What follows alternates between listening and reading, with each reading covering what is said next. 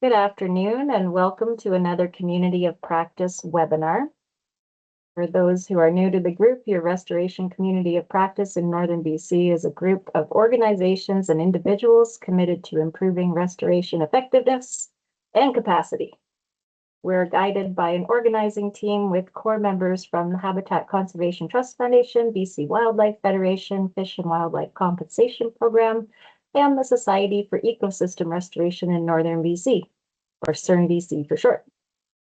Today, we are here to learn about stocking standards for ecosystem restoration from Diana Gerdenits, who has offered to share knowledge around a project she's working on for SERNbc. Today's webinar is being recorded, but at the end of her talk, we should have time for some Q&A, and I will stop the recording at that time. That's all I have for an intro. So over to you, Diana. Okay, well, thanks for inviting me to this. And yeah, we have a group that is working on restoration standards. And I'm going to go through a very brief sort of little PowerPoint I'm going to share with you guys. I'm going to turn off my camera, and I'm on one computer because I'm away from my office. So bear with me, guys.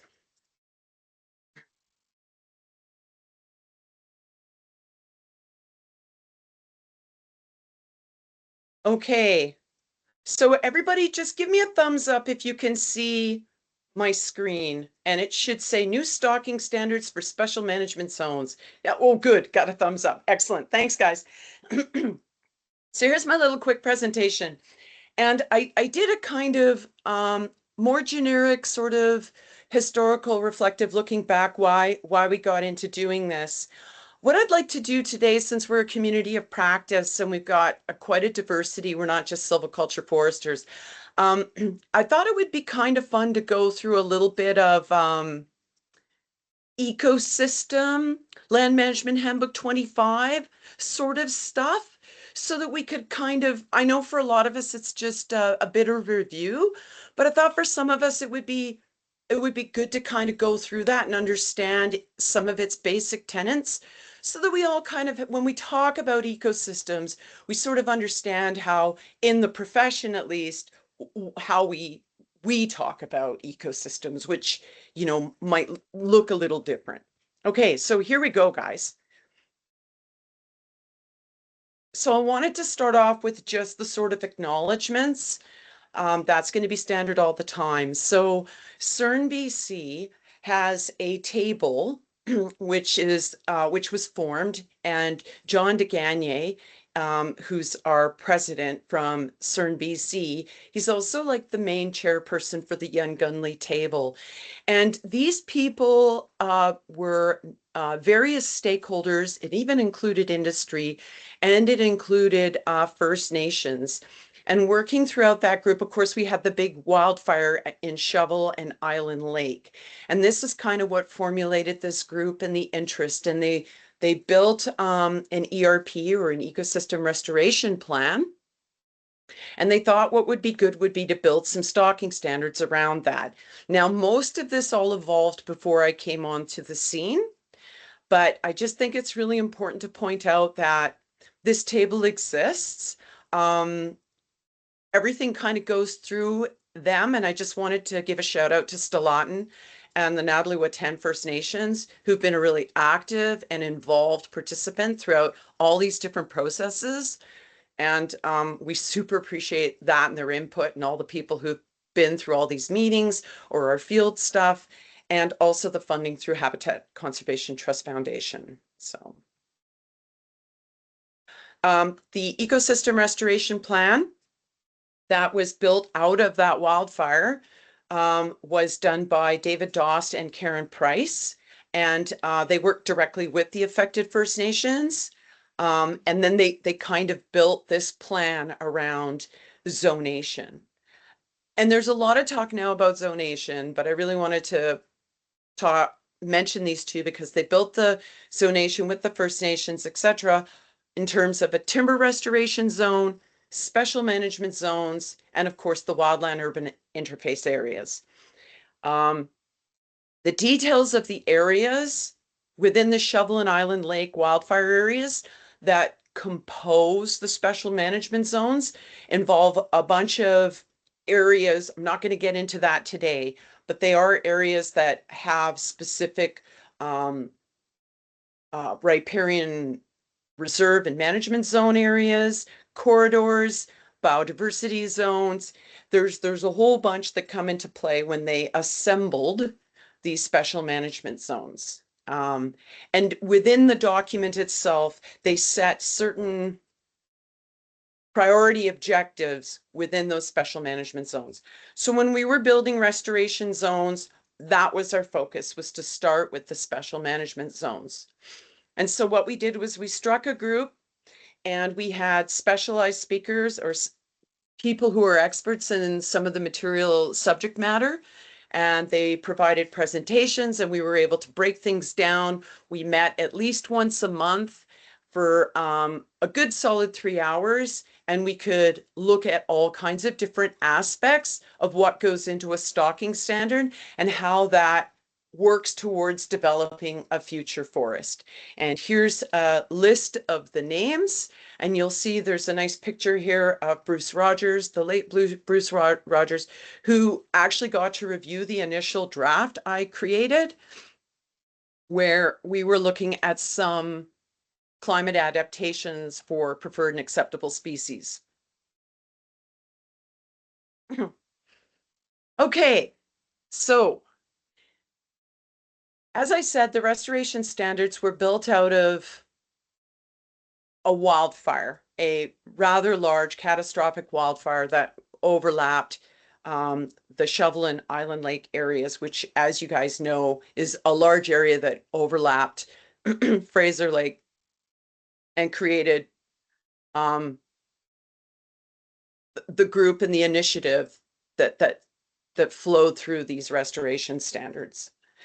In our discussions with the group, we talked a lot about what happened after these wildfires and what happens after the beetle. So we had this big, huge beetle epidemic and we had the wildfires, and BC itself in central BC was very, very focused on kind of salvage logging operations. And through our meetings, there was a lot of discussion about our desire to go and address these crises with salvage logging over large areas. The focus was on addressing the crisis and ramping up our operations.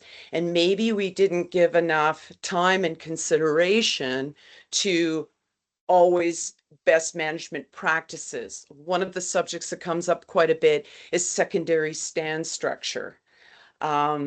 So these are some of the conversations we talked about in our group and the concerns about we will always have crises in the future, and we've proven that we can ramp up our ability to address it in terms of salvage logging and processing. What we still need to prove to ourselves is that we can understand that in the future there's going to be more quote unquote crises. Sorry, but that we need to instead focus on how we can build future forests that are going to mitigate this, or that we're not going to lower the bar in terms of forest management or best practices because of said crisis. So right here are 6 key changes that we discussed for our restoration standards in our meetings. And I'm not going to get into this slide too much. We're going to instead kind of go through it one by one. But yeah, this is going back to the crises. So that catchphrase, sorry, these were in the wrong order. But anyways, shift our focus to understanding these events, that they will occur, that our management needs to focus on adaptation, mitigation, and being prepared. But we don't want to kind of race to the bottom in terms of practices. Everybody who's seen some of the standards and what's kind of happened out on the landscape will acknowledge that we have a lack of vertical structure. We have quite a bit of monocultures. We have some overdense juvenile and mid-stage stands. We do have a lack of broadleaves, and there is a concern about ecosystem diversity.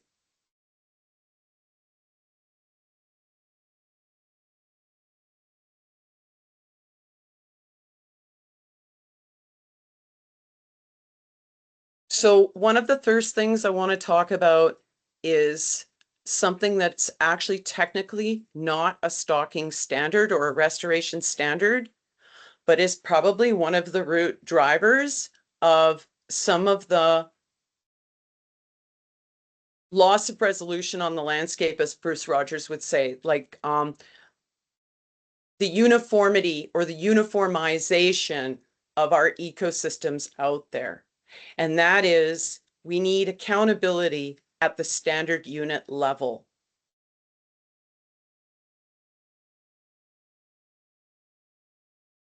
So here's an example of the terminology used to describe a standard unit up to about 2003 to 2005, when we were streamlining the code and then eventually turning it into FERPA.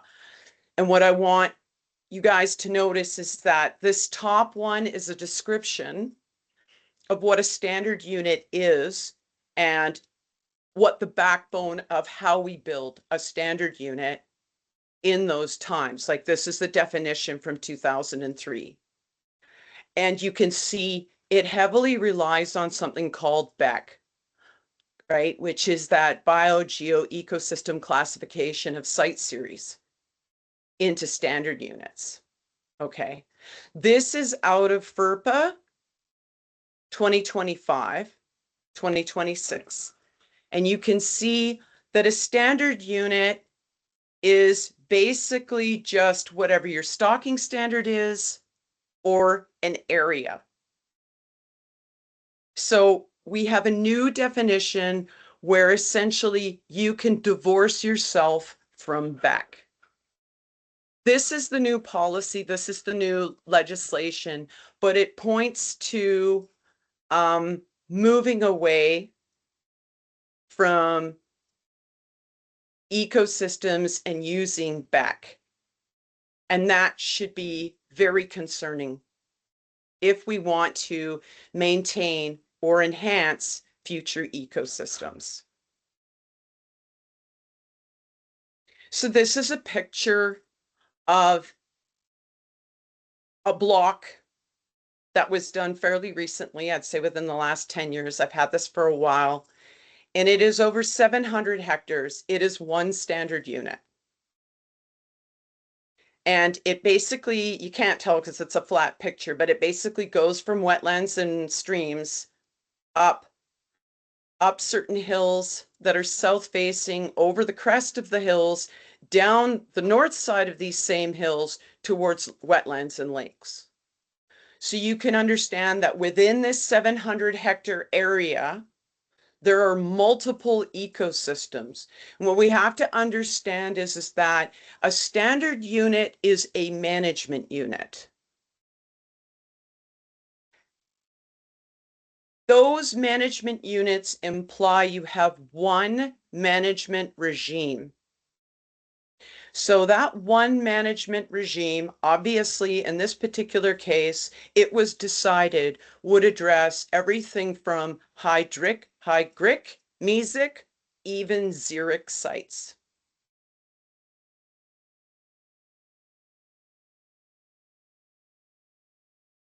This system works because if you create a stocking standard where you have multiple preferred species, but pine is one of them, in every single site series, you can claim a free to grow on every standard unit by having 100% or 80% or 70% pine. But is that ecosystem management?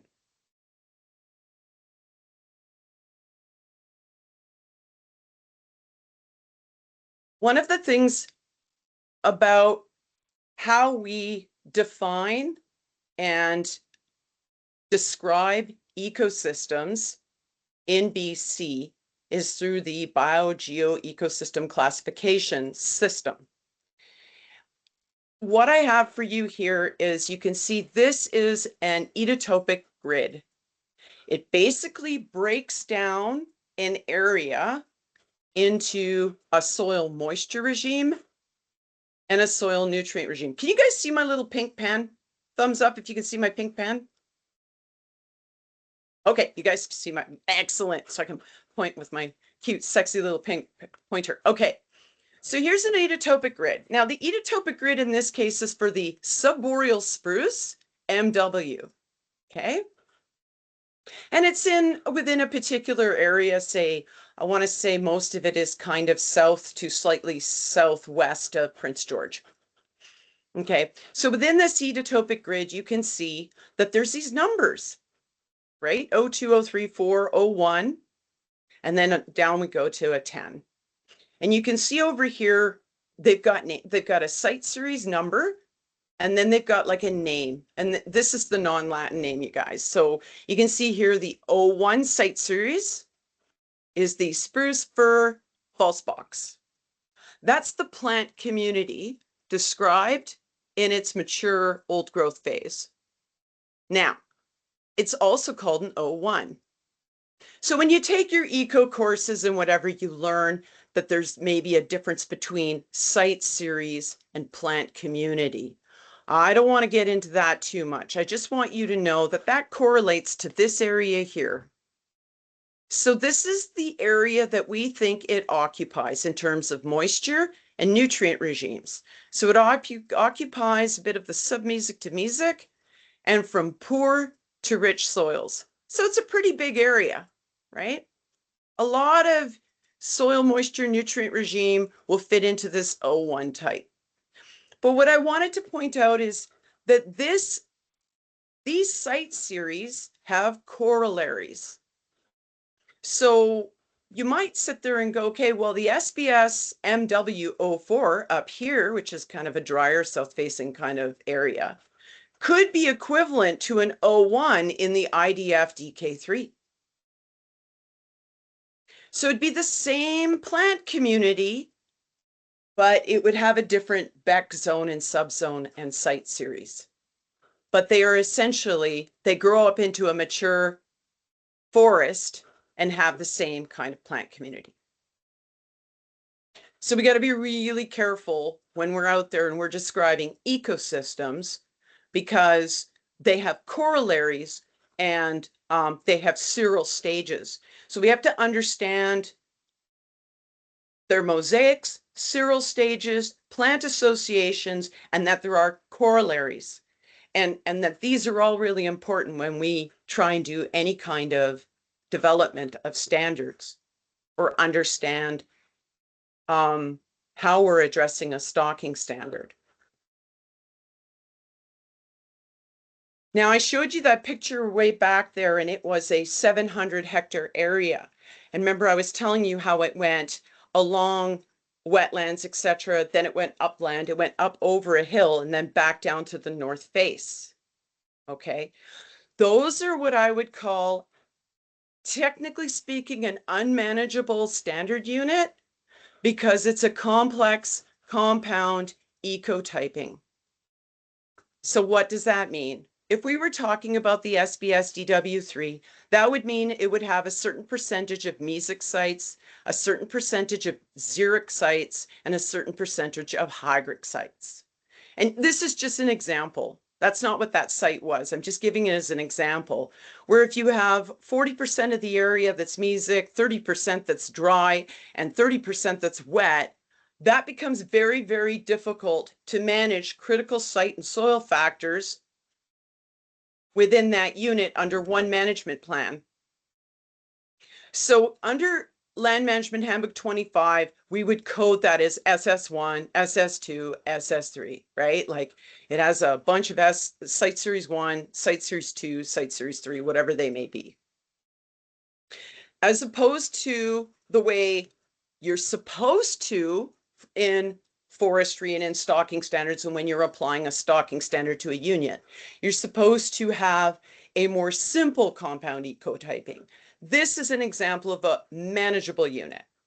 We're talking SBSDW3. This coding means around 10% of that area is in a wetter type, but about 80 to 90% of it is in a basic zonal type. Much easier to manage. It's basically coded as SS1, potentially SS2. Okay. This is much easier to apply a standard to, know what the critical site and soil factors are, and to apply better mitigation and management regimes to. You don't want to get into this. You do not want to manage like this. This isn't management.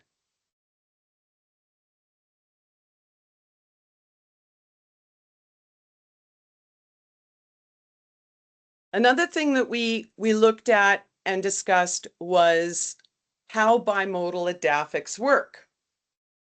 So as you can see, when we look at ecosystems, there are they have a nutrient regime and they have a moisture regime. But they're not all the same. You have to pull out the edaphic grids of the site series you're dealing, or the subzones that you're dealing with. In these two cases, we have an interior Doug fir subzone, and we have a BWBS, which is the black and white boreal spruce zone. And you can see this grid. Now, why I want to point out these two different grids is because I want to show you a grid that is not very nutrient sensitive, but it's moisture sensitive, as opposed to an ecotopic grid that is moisture and nutrient sensitive. You can see that we have some poor site ecosystems. We have some rich site ecosystems.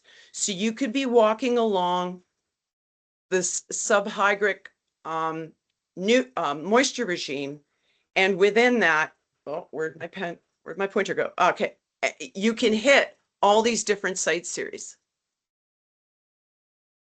And that's important. If we're going to move into a system where we're using LIDAR or TEM, and we've got highly disturbed areas, it's going to be very hard to tease out these areas. If everything's been planted with lodgepole pine and you don't have mature forest to look at anymore, how are you going to see, because you have no shift in slope or aspect? And maybe those big trees and the mosaics are missing, so you're not going to see these too easily. And I point this out because it's not a substitute in these types of areas for walking through them and assessing them in the field.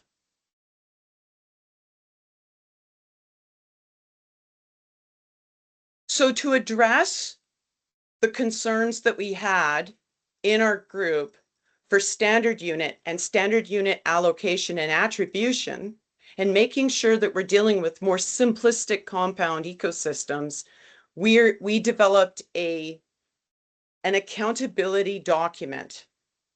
What's an accountability document?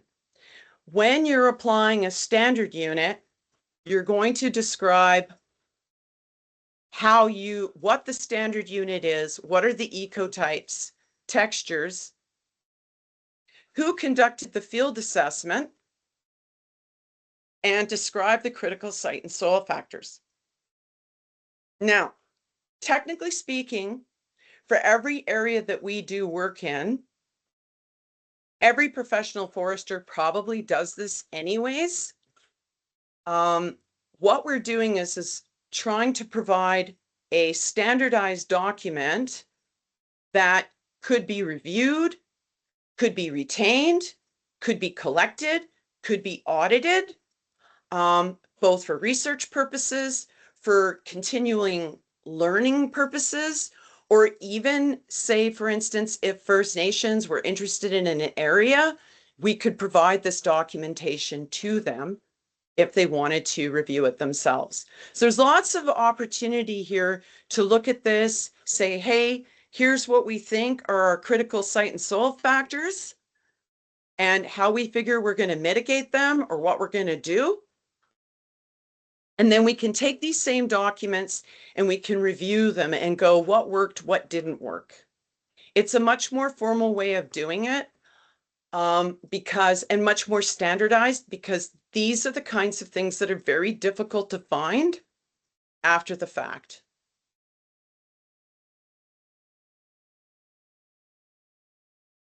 The next thing we looked at was the issue we were talking about, where under traditional stocking standards, whatever is considered preferred, you can plant it exclusively, or at free growing, you can declare it exclusively.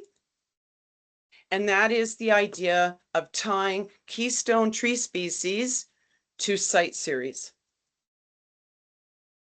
So what we want to do is shift the focus away from planting high density nurse logs, like nurse trees, and instead shift the focus for people to plant a keystone species. So in this example here, this is taken from the actual stocking standards. You can see we're looking at SBS DW3, and we've got the different site series, and this is the keystone species. So what that means is that here's all the preferred species for that O1 site. But you must have a minimum of 200 fir at free growing.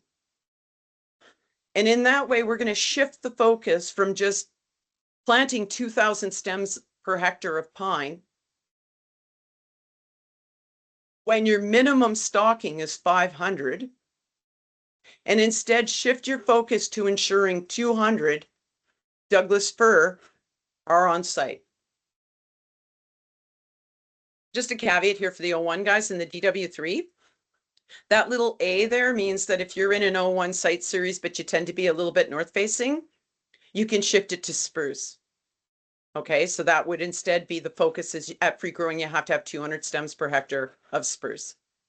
Okay, but you can see in the O4, we don't have that. But chances are in an O4 site, you won't need that. And then here in the O4, you can see you need to have 300. So 300 of the 500, but you'll see the numbers are lower. So this is how we're going to try and push into focusing on keystone species and in the special management zones, and try and shift the focus away from planting a high density of nurse trees or placeholders for a free growing assessment.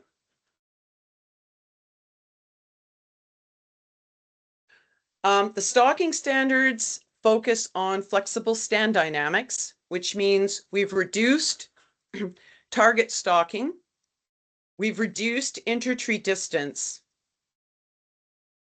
and we know we're enhancing a more clump distribution. So if you look at this, you'll see that even though the minimum is 5, we're still keeping a target of 12 because we want an M value of 6 that will create a clump distribution. And for those of you who are like me and were stringent converts to Land Management Handbook 50, which talked about very, very strict timber focused, timber prioritized numbers, even distribution, plantation mentality. We are in the special management zone. And so even I had to kind of struggle to shift my focus away from that kind of thinking. Something will occupy that gap, but within the special management zone, the biologists and other people in our meetings were like, a void doesn't stay a void. And if it's got mountain ash in it, that's a good thing. Understanding that really intense, dense juvenile forests were grocery store deserts for foraging ungulates was something I had to learn. So opportunities for all of us to learn, especially me, because, you know, I mean, this is what I was trained as a surveyor and trained as a forester, that would, this is a good thing. This is the land of opportunity. But I guess from the biologists and other professionals that I worked with, this is a problem for in the special management zone, because it's solid pine, it's super dense, it's still quite young, and it's providing very limited forage and benefit for wildlife and ecosystems. And then Craig Farnan came and gave us a presentation and explained that, when we clear cut and we open stands up, we also create an opportunity for low value timber. So we had a lot of conversations back and forth about trade-offs. When it comes to the special management zone, the overall opinion was that these more clump distributions of forests give an opportunity for shrubs and broadleaves. And as you guys can see, I'll take it back here, guys, show you this acceptable broadleaf stuff, and we'll get into that a bit more. But we have broadleaves as acceptable species. And with the numbers, they can be up to 20% or more. And I'll show you how that works functionally when we do our surveys. But yeah, trying to shift the focus into a more clump distribution to allow for forage, broadleaves, and understory vegetation. And also there was discussions in the group about how this might actually increase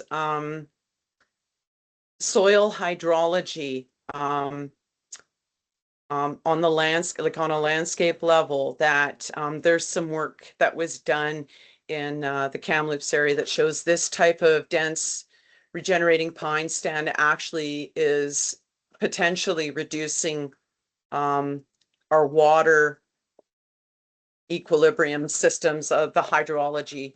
I'm not a hydrologist. So increased broadleaves, higher thresholds to increase habitat value and flexibility.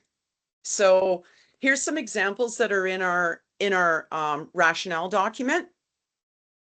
But so when we have a situation where maybe you have a conifer tree and you're doing a free growing assessment and your tree turns out to not be free growing, your conifer tree, you can then instead just take your broadleaf and make that the preferred species.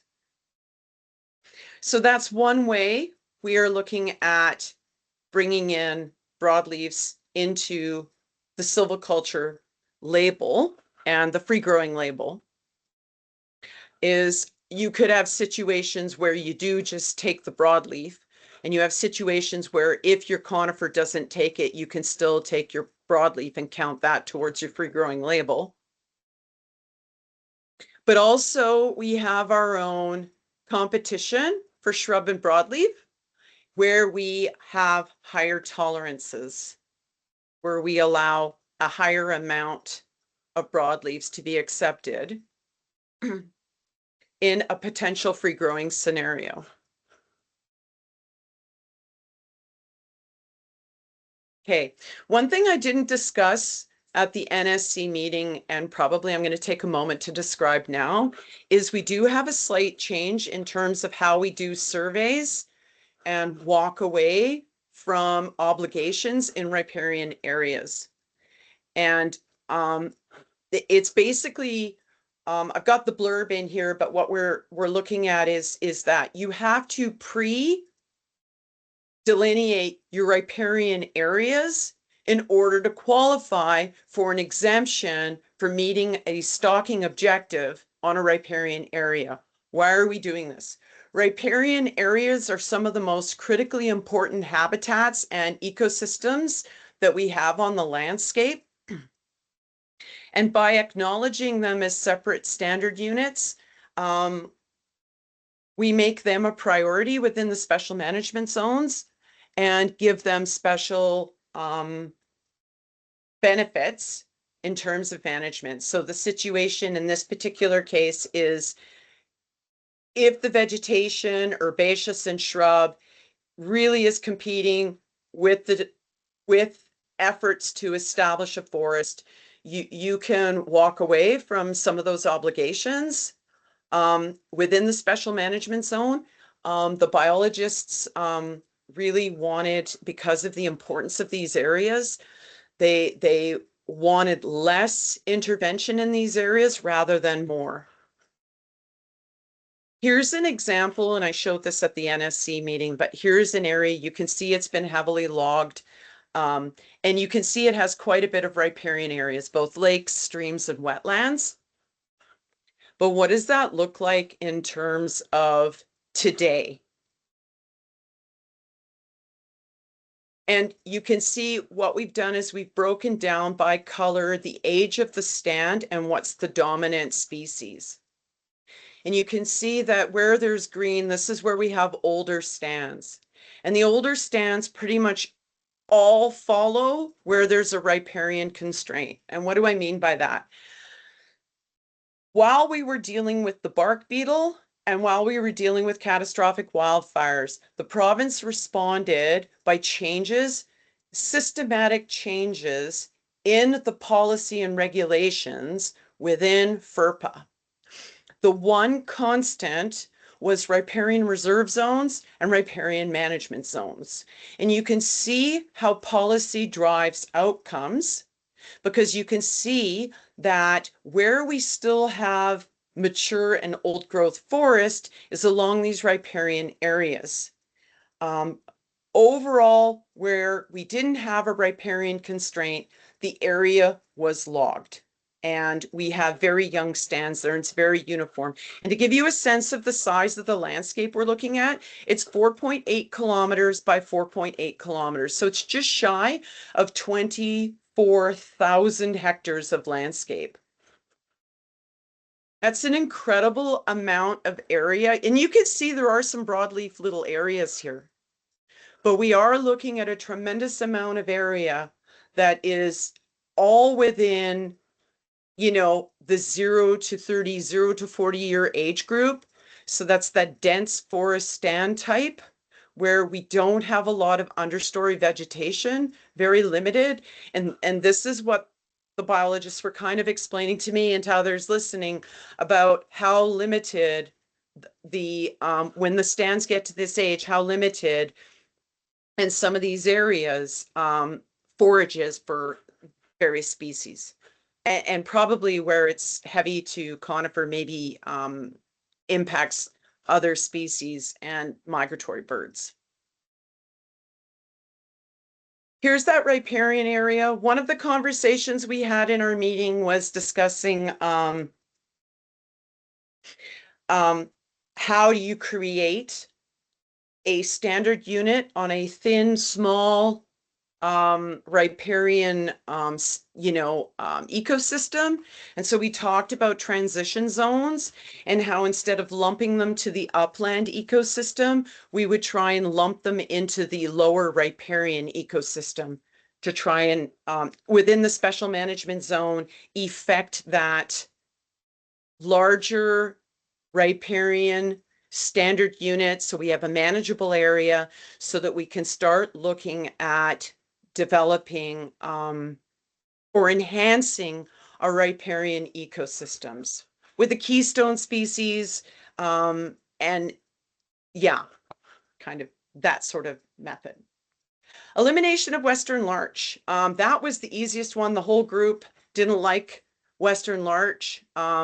It's transferring from the very southeastern part of the province, and there's very little research and understanding as to what it does to the forest floor, soil, humus forms.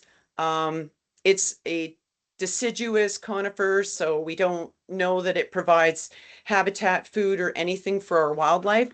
So until we really fully understand its implications, we all agreed that within the special management zone, we didn't want to see any Western larch planted.